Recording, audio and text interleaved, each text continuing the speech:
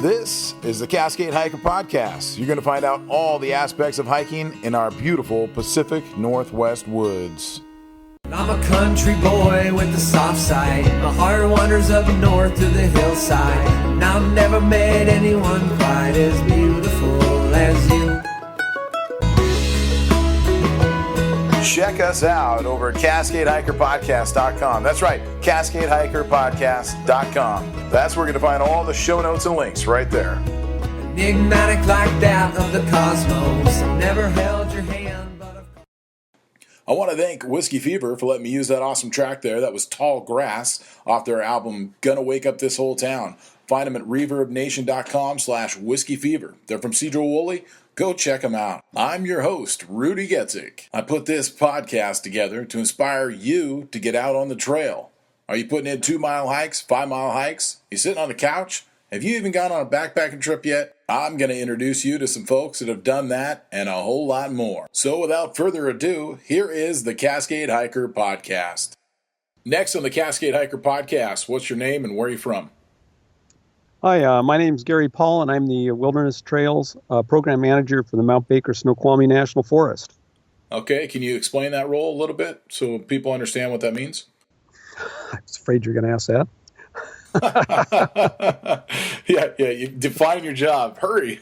Yeah, and that thing changes by the day, other duties as assigned. But primarily, I'm responsible to work on the trail maintenance construction program across the forest. Also looking at what we can do to help manage our wilderness areas more effectively than they have been. And we have also new areas that come up every now and then, like we had Alpine Lakes here recently, Wild Sky. So I work with all the different organizations involved in advocacy. And also I work extensively with volunteer groups to do all sorts of different projects across the districts on the forest, from trail maintenance to some construction to recently some working with volunteers to get the Hidden Lake Lookout re-roofed. Oh, wow. And then incidentally, I'll work on other projects like veg management projects and other things that might come up in wilderness, like seismic stations, installations, mountain goat translocations. I imagine grizzly bears are coming up soon, so I also work on those kind of projects. Oh, that's a hot topic. Well, I don't know if you get too much into the funding aspect of things, but I had a couple questions about funding. Can you tell us where the majority of your budget has to go? Well, related to trails and wilderness management and recreation program, we have two pots of money. One of them is specifically for maintenance and construction of trails, and another one that's kind of for general recreation, some of which is used for trails, but most of that's for recreation management, ski areas, campgrounds, special use permittees, all things like that. And those two pots that are appropriated every year have been in a state of decline for quite some time. And those two pots are basically what pays primarily for salary for permanent forest staff. And are they about the same size budget then? Or I'm not talking exact numbers, but just in a rough estimate? We kind of merge those together, but roughly probably a third is trails and 2/3 is everything else, something around that level. Oh, that's interesting. Yeah, because that's kind of a hot topic is how much money is really going to the trails. And I know those other things, they're all part of the whole process, but so about a third of that then. Right, but the other part of that we didn't mention, which is the elephant in the room, is a rec fee program. And so the rec fee program on the forest, anybody who's interested can go back and look and see what we've done every year. I think we have reports going back to 2001 on our website. And see how the funds are spent. But we primarily spend that on seasonal help, which includes your trail crews. It includes all of the taking care of all the trailheads on the forest, pumping of the trailheads, picking up the garbage. And it's a big program. We've got about 80 sites in the rec fee program. And so those funds go towards those sites and also to the larger aspect of trail maintenance on the forest. They also fund partnership agreements, We use the funds to leverage funds for grants that we get. So it's a great tool for us. Now you're talking about the money spent on forest passes? Yes. Okay, yeah. So is that directly straight to your area when somebody buys a pass and they're hiking in your area? When somebody buys a pass at one of our local vendors at the ranger station, all those funds will come right to the forest. There are quite a number of regional vendors that we have, such as REI, Big Five stores, places like that. And we get a percentage of those sales receipts that come to the forest based on a formula. And Mt Baker-Snoqualmie does very well because we happen to sell more forest passes than any forest in the region. So we get a good share of those. We also have an agreement with Okanagan and Wenatchee National Forest, since a lot of folks that buy annual passes on the west side of the Cascades use those on the east side also. So we have an agreement to send some portion of those funds over to the east side. Oh, that's good. Yeah, that's great. What roughly like a percentage of trail work between Forest Service employees and contractor work, but based that against volunteers? What do you think is getting done out there? I've thought about that question a bit. I have different thoughts about that, because you can do an awful lot of work and spend a lot of time in one place if you're rebuilding a piece of puncheon, or you're putting in a turnpike, or you're reconstructing a short section of trail, compared to being able to kind of cruise along a trail and just cut out logs, which is important to maintenance for a lot of folks, particularly equestrians. But probably in rough terms, it's probably about 3/5 is done by our crews, maybe 2/5 by volunteer groups, and about another 1/5 or so by contractors. Oh, okay. And that's hired directly by somebody like you? Well, we put those out to bid, and we try to work up agreements with our districts and figure out how to package those things up. We have not had real good success with maintenance contracts in the past for a variety of reasons. There's just not a lot of people out there that want to apparently go get paid to do trail work. And I mean, the work is difficult, certainly. And a lot of the projects we put out, they tend to be more remote, and they tend to be some of the harder projects deeper in the backcountry, or a lot of brush cutting and so forth that we may not excite some of our volunteers about doing quite as much. Yeah, I've been seeing that with the PCTA, because a lot of that's pretty remote. So we also, I was also going to mention that we do, in the past particularly, we did an awful lot of reconstruction work. And a lot of that was getting trails into, longer term, more sustainable locations. So there'd be quite a bit of construction we had going on. And bridges, we've replaced a lot of trail bridges.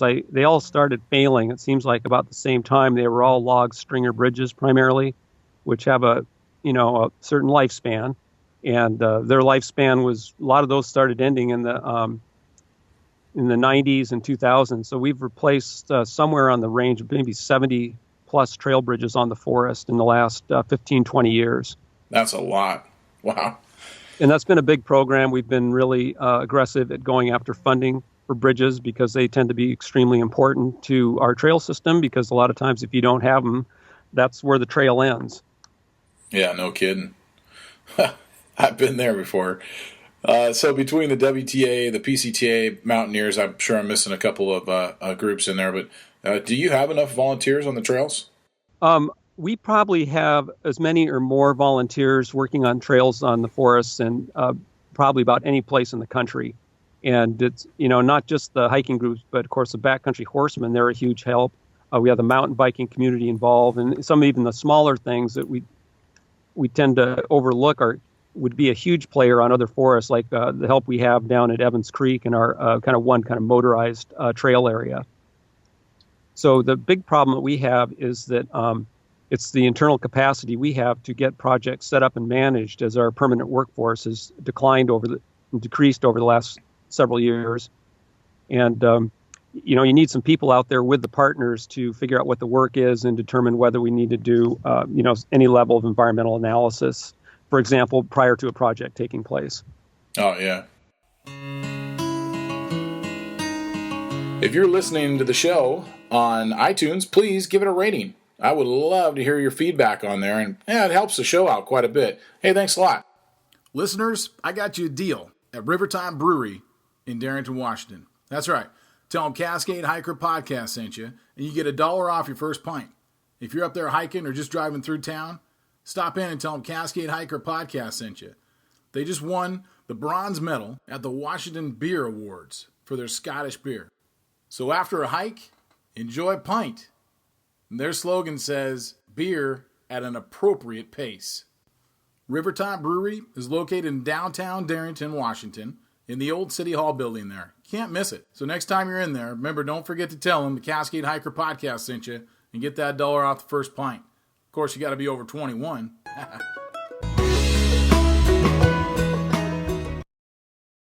So we've all seen the trailheads that have the cars strewn on the road for quite a ways, and from the parking lot. What are some of the trails that are on the radar for needing new parking lots, or is that even a topic based on funding? That's pretty tough. We used to be able to kind of include trailheads with trail projects. This is a number of years ago, but at some point that stopped being a possibility for the most part. And so we've had to get funding for trailheads through various grants or other special pots of money when we can. So that's limited the number of trailheads that we can improve. That being said, we've got a major new trailhead for Franklin Falls and Denny Creek that is just opening up this year. And so that's will help with some of that congestion around there. We are looking at the possibility of expanding some trailheads with a South Forks Snoqualmie veg management project that's coming up in the next year or so. And we've gotten some other ones done through some as part of timber sale units in the past, where we've had a clearing occur for the timber sale, and then in finishing that up, that landing area, for example, finished up. We haven't put gravel on it, then we come in and do some other nice things, put in a toilet and so forth. So that'd be an example of that would be Perry Creek, Mount Dickerman. Yeah, I remember that. And then we've kind of gotten some other small ones in. Shannon Ridge up in Mt Baker on the approach up to Mount Shuckson is a good example of that. Goat Lake, we've fixed that one up a bit. And Mason Lake, Irish Spring Trailhead down off I-90. Sometimes it's just not enough even still, is it? Well, no, and it's just been astonishing. The increase of use and many of these trailheads around the forest has just really exploded in the last just 4 or 5 years, to levels we've never seen before. So I'm frequently hearing from people out at the districts of, wow, that last weekend, we've never seen this many cars at, Trailhead X. I was actually thinking myself, after seeing all the cars strewn out at Lake 22, I was thinking, man, if I just parked at the bridge at 22 Creek, I could probably just find the old trail and just connect up. Well, yeah, there's that. Or walk down the road, or people are, bringing their bicycles, dropping part of their party off at the trailhead and parking up the road and pedaling down to the trailhead. So there's people are, starting to find ways to adapt, but it's hard to see how it's going to get better in the near term. Yeah, exactly. What about the trails themselves? Are there any lakes or meadows that you guys are monitoring that may have been overused? Well, there's kind of a couple questions here. One of them is, overuse sometimes is a result of improper location of trails and campsites. So, just dealing with a bunch of trails that were never built for recreation use and follow the lines of least resistance, which might be like straight through a meadow, for example, or straight up the hillside. And, those are things that we can fix through relocating the trail, into some other more sustainable location. So we've done dozens and dozens of miles of that sort of thing. Overuse at destinations is another question. And so those things of kind of the management actions that you probably see that address that are things like group party size, using established campsites, restrictions on campfires, those type of things. Yeah, I can think. I'm thinking specifically of Glacier Basin up out of Monte Cristo, where the trail just goes straight up the old mining route right up the hill. And I think when you mention that, I think a lot of people don't really understand that you're not trying to fix that. to necessarily make it easier on hikers, but that just kind of becomes a straight waterfall eventually during snow melt and stuff like that, and that'll ruin the trail down below. Is that right? Yeah, I hear from people a lot of times like, well, you didn't have to make that trail easier or not as steep for us because we can go straight up the hill. But the bottom line is we have a lot of those trails that go straight up the hill, and they're causing erosion, sedimentation into the creeks and streams, and that's something we're trying to minimize over time by putting the trails on easier grade. And that's not for the people, but that's for the landscape. And so we've noticed. If you're not on rock, if you get much over about a 15% grade, it gets very difficult to keep that trail on the hillside and not a road. Okay, yeah. What do you tell hikers that are concerned about their cars getting broken into at trailheads? Do you have an example of what maybe you do at a trailhead? Well, I drive my neighbor's car.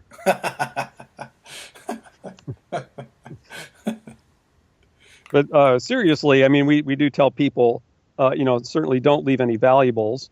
Don't, if you have a choice, don't drive the new Lexus. And if you can, particularly if you're going on a longer trip, maybe you can arrange to get dropped off and then picked up someplace else so you don't have a vehicle parked there the whole time. Of course, there's a number of efforts going on, particularly in I-90 in the Middle Fork Snoqualmie, to try to figure out a way to get some kind of shuttle service to some of the trailheads. And so far, that hasn't really taken off, but we'll see what happens in the future. Well, that would help with the parking lot issue at some trails too, then, huh? It would. That would be the idea, so we don't have to keep building ourselves out of undersized parking areas. Yeah. Over the years, we've seen some of our favorite trails become inaccessible due to road closures. How are those closures determined usually? Well, the big example I think of is roads being closed had to do with big storm events in 2003 and 2006. And those are things we're still recovering from in some areas of the forest. But generally, the decisions are made through an access and travel management process, and that looks at an entire watershed. So it's similar to what just happened last year with the Nooksack, and it's happening now with the Greenwater watershed down on the south end of the forest. And the other thing that does happen is that roads, they deteriorate, brush grows. I mean, you just look at the alder on the side of the road, and when it's growing in at a rate of, 1 foot per year from each side of the road, if it doesn't get brushed in 10 years, all of a sudden your road's pretty much inaccessible to most vehicles. So that's it's kind of more of a benign neglect, and it's just you spend the money where it can do the most good for the road system, and that's kind of where we're at. Yeah, so you kind of assess each road differently. Because I was thinking about Skyline Divide. I was up there earlier with my daughters, and yeah, everybody that I talked to about the road or I saw commented on social media said, man, that road is horrible, all these potholes. And I didn't find the potholes that big a deal, but it was that alder you're talking about. Yeah, I know those potholes. I was up there last fall myself, and yeah, it's a little bit bumpy. You can get there, but that's part of the reason for doing these access and travel management plans, and the Nooksack in particular is trying to focus the maintenance funds that are available on which roads are the most important. And so there's going to be some roads in that drainage that are not going to be maintained anymore, possibly. And we're going to try to close some short spurs and maybe even some longer sections of road so that the funds that we do have can go more effectively towards maybe Skyline, maybe Hannigan Pass and places like that. Yeah, that was another road I was on too. That one was pretty bad too. Yeah. But it's all part of it in my opinion. But it is good that you guys are trying to find the funding and planning for that. Well, the Snoqualmie Mt Baker National Forest is pretty cool because you got the two national scenic trails that cross through the area there. How does that the Pacific Northwest Trail fit into your yearly planning, or does it?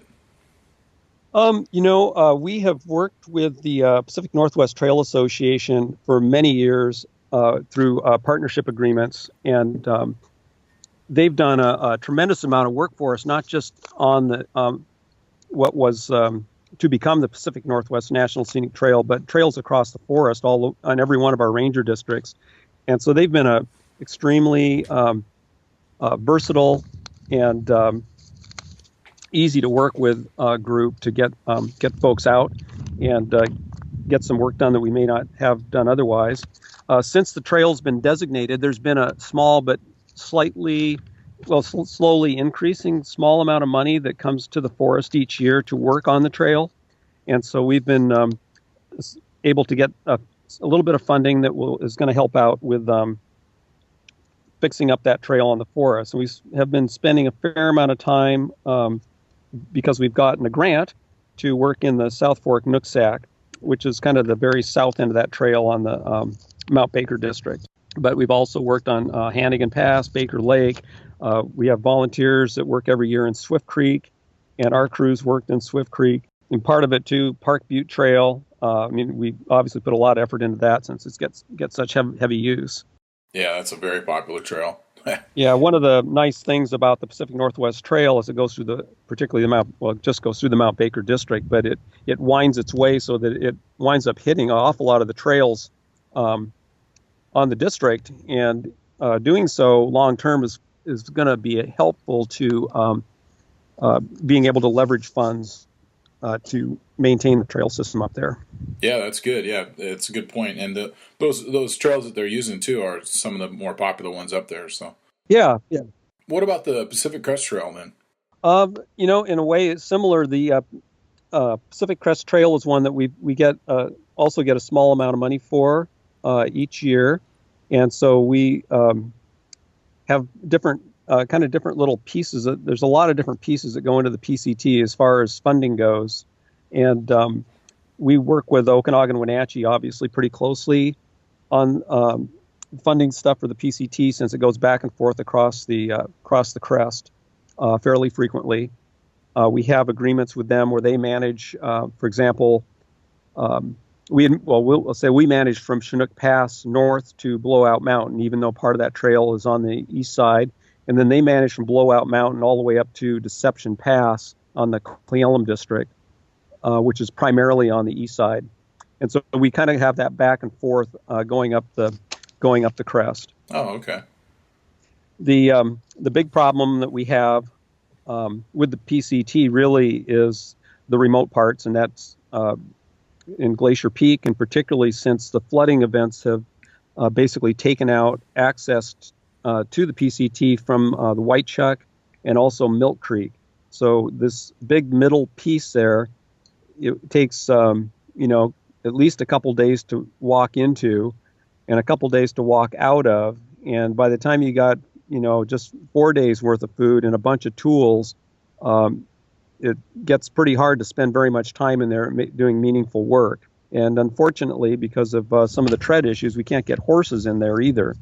So we have a real kind of ongoing dilemma of how we get maintenance work and really some reconstruction work done on the PCT, primarily in Glacier Peak Wilderness. Yeah, that's very, very remote. With the Pacific Crest Trail Association, I'm a steward of a certain section. Mm-hmm. How come that's allowed, and could that be allowed on regular hiking trails? I think that really it's just a matter of course. I know Bill Hawley, he's trying to get stewards for the whole trail that can report back on conditions. And I think that, as much as the stewards that we have develop relationships with the responsible person on each one of the ranger districts, that's really would be a great thing because it's just real helpful. We hear a lot from many hikers about conditions. And of course, there's, various blogs like Northwest Hiker where you can go and look at pictures from last week on trip reports and see conditions. But, I think that probably we'll start with the Pacific Crest Trail because we've got somebody who in Bill who's willing to coordinate that. And we'll see if that manages to spread beyond the PCT. Yeah, because I was thinking about that, and I was thinking, man, because I can actually lead a group. I'm going up to Harts Pass actually next weekend, and teaching people how to use a Pulaski and all that. And I just thought, well, that's cool that I could do it there, but why can't I go out to, like we mentioned earlier, Goat Lake, and do that? Well, maybe you could, and a part of that is having the agreements in place with the forest to have a volunteer group out there. And one of the issues I didn't talk about at all, but that's come up is that our volunteer coordination can get really tricky because we've got multiple groups sometimes working on the same trail and trying to it's just quite an orchestration to understand what the capabilities of one group is versus another group and try to find the right work for those groups so that they're not tripping over each other. And the other thing that people often don't know, and if we have a agreement and we're talking with somebody such as yourself, then the fact that, okay, we're going to be having a contract crew or the Forest Service crew is going to go up and do this work is really important, because if you're paying a contractor to, for example, log out a trail, and we have a volunteer group that gets excited and they go up and do that, well, you just gave the contractor basically a free pass on a bunch of work that's already paid for. Gotcha. Yeah. So the orchestration of these things is, it gets incredibly complex. We have a lot of the work funded by state grants, and so we're responsible, for example, to match those grants, and we need to make sure everybody's on the same page so that we don't double dip with work, that the partner group, if they've got a grant too, that they don't double dip.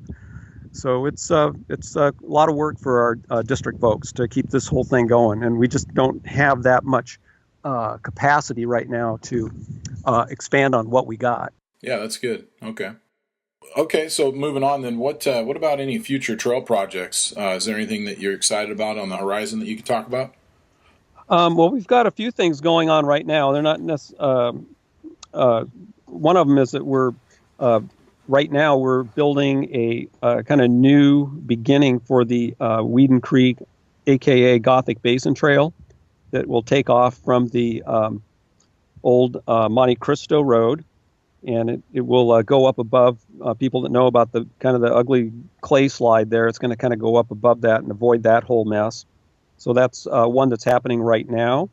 We finally have a project to relocate. There's about a half-mile section of the Middle Fork Snoqualmie Trail that went away in 2006, and so we have a contractor who's going to start work on that next week. And the other project that we received some funding for is Talipus Lake, which everybody probably knows pretty well, right off I-90. And that project's going to include some relocation of some of the nasty parts of that trail, and also include there's a new bridge we'll put in across Talipus Creek and another one across Olali Creek further up the hill. And so that's going to start here pretty quick too this fall. Another one that we had finally got a start on was White Chuck Bench Trail, which washed out also in 2003 and more in 2006. And we were able to get a mile of that finished last fall, and then we have grant funding through the NOVA program to hopefully get the rest of that trail hooked back up next year. Yeah, that's a good trail there. What about, was there some rumors about the trail to Circle Peak? Circle Peak, rumors. Yeah, that's a very interesting area. There's places on the forest where it's like they just kind of, the issues remain for a long period of time. But we have a trail that we built that connects Crystal Lake to the Circle Peak Trail, and we built that in about 2005, and that was something that was funded prior to the flood events happened that cut off access up there. So that was all built without any direct road access. Huh. And at that, prior to the flooding, we also were looking at connecting Crystal Lake to Meadow Lake, and then that would hook into the whole Meadow Mountain trail system up there. That would get us off of a very long road walk. And so that kind of all went on hold after the floods. And then we were able to secure some funding to look at planning for a trail we're calling the Bull Bear Trail, which would basically replace all the road walk on Meadow Mountain and Crystal Lake by starting at Rat Trap Pass. And so that's a project ready to go. It's just waiting for some funding. Oh, that's cool. That's an area that hasn't been open for a long time. Yeah, and we're trying to, some of these trails we're going forward here that are outside wilderness is trying some things like we have on the Middle Fork Snoqualmie, where we have use that would allow mountain bikes on alternate days. And so that's one where we're looking at doing that on. Oh, okay. What about some bad habits that hikers can change on the trails? Ooh, bad habits. I guess one thing I keep, there's two really bad ones I've seen. It used to be people putting their cans and bottles and foil wrappers in fire pits.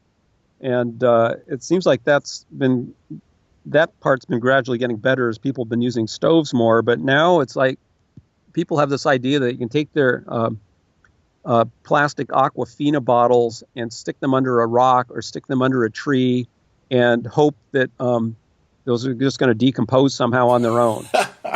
And I haven't seen that happen yet.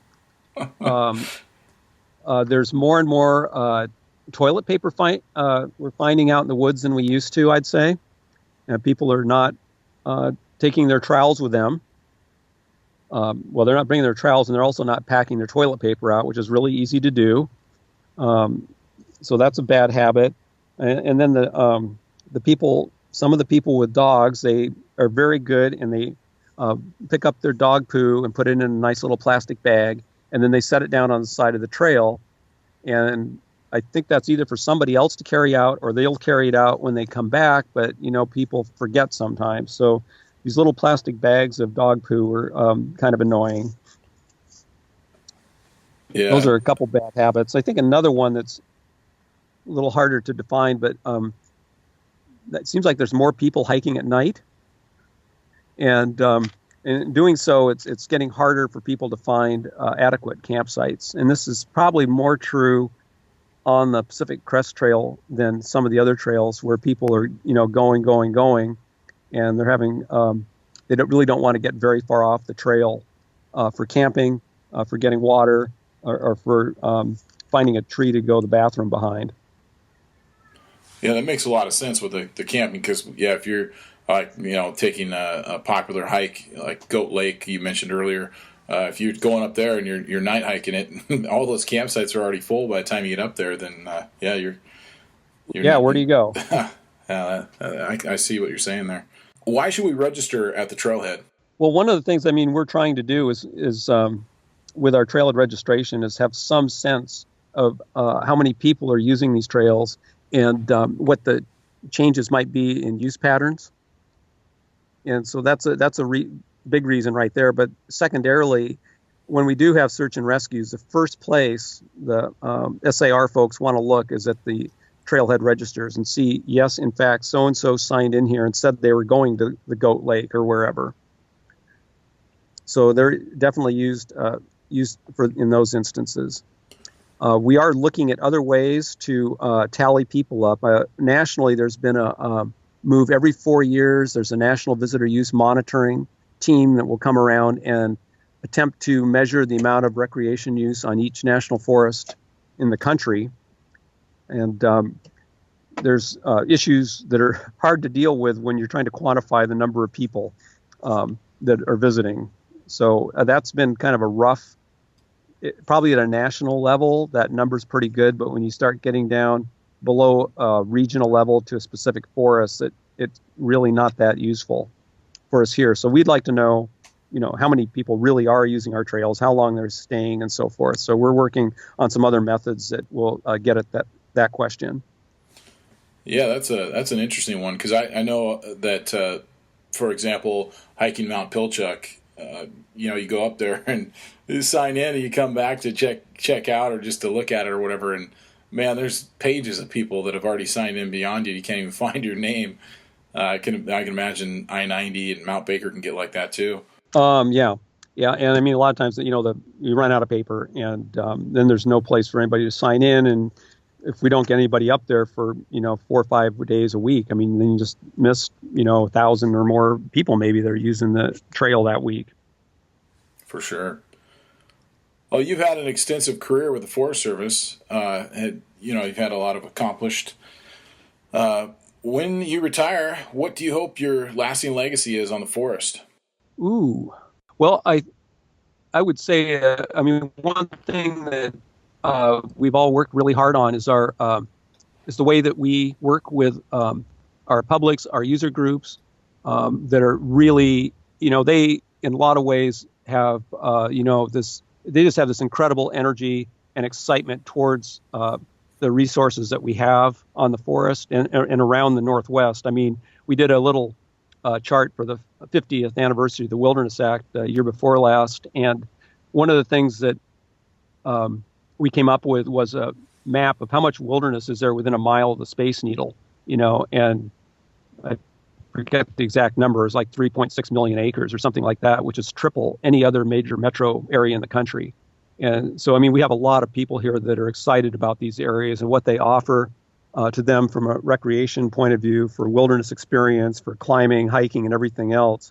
And being able to work with those people, involve them in meaningful ways as stewards of the forest is something I've been really excited about. And I would say most of the folks on our rec team on the forest have really embraced over the last 10 to 20 years as we've kind of expanded that, those opportunities for people to come out and work with us.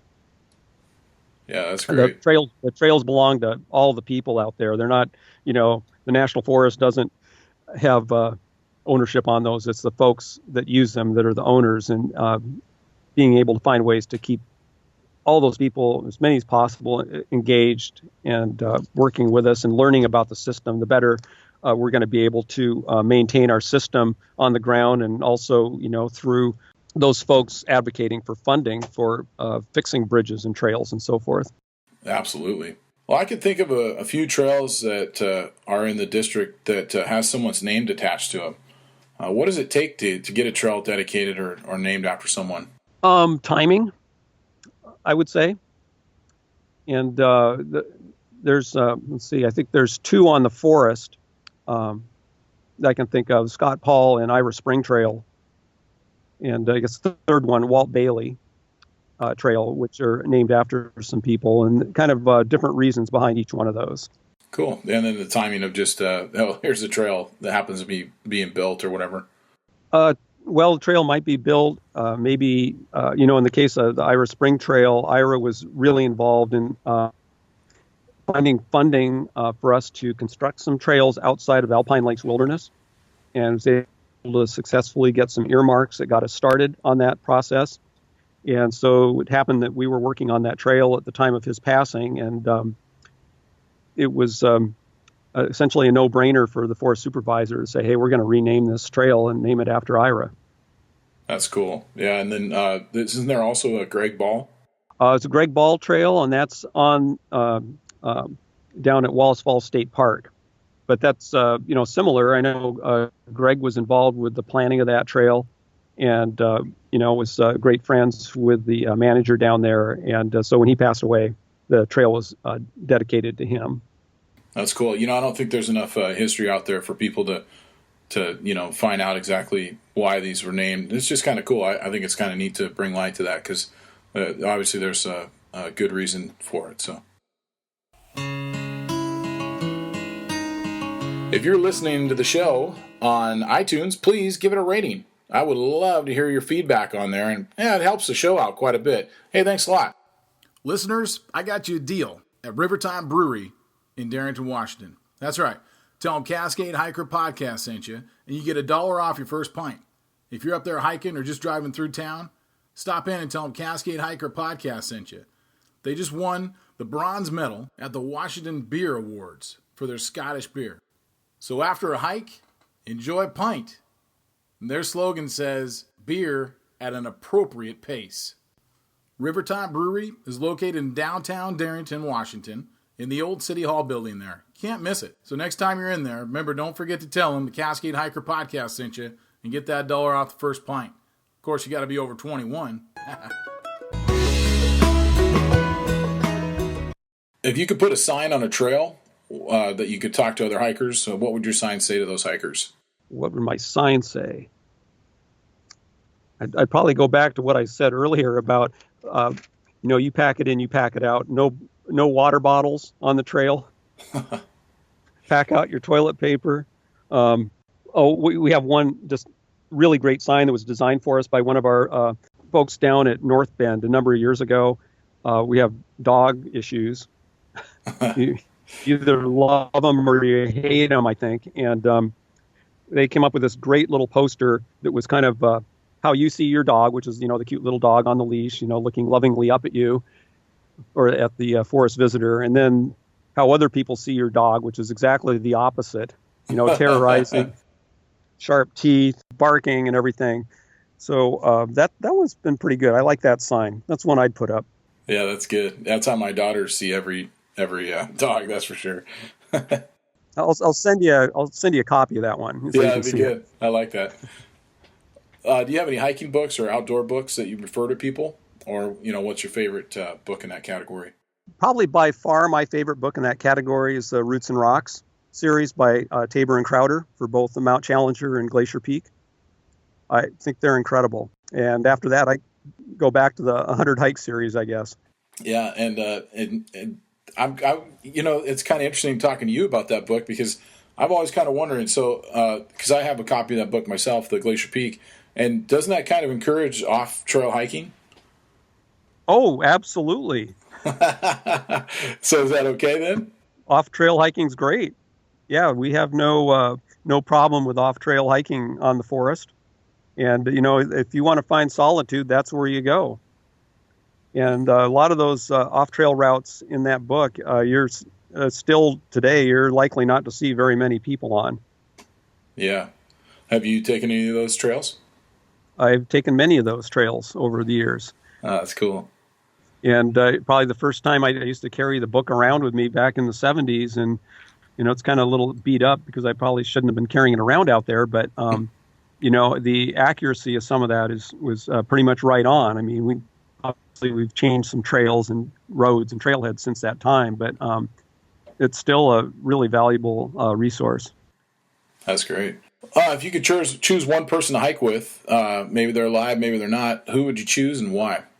Well, there's a woman who's a trail designer who's just been phenomenal. She's amazing at finding old trails and happens to be my wife, so I would go with her. Good choice. Is she really passionate about the old trails, huh?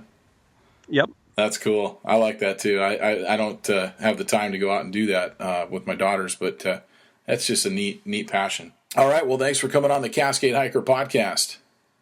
Anytime. Thanks for having me. And I'll send you a dog poster.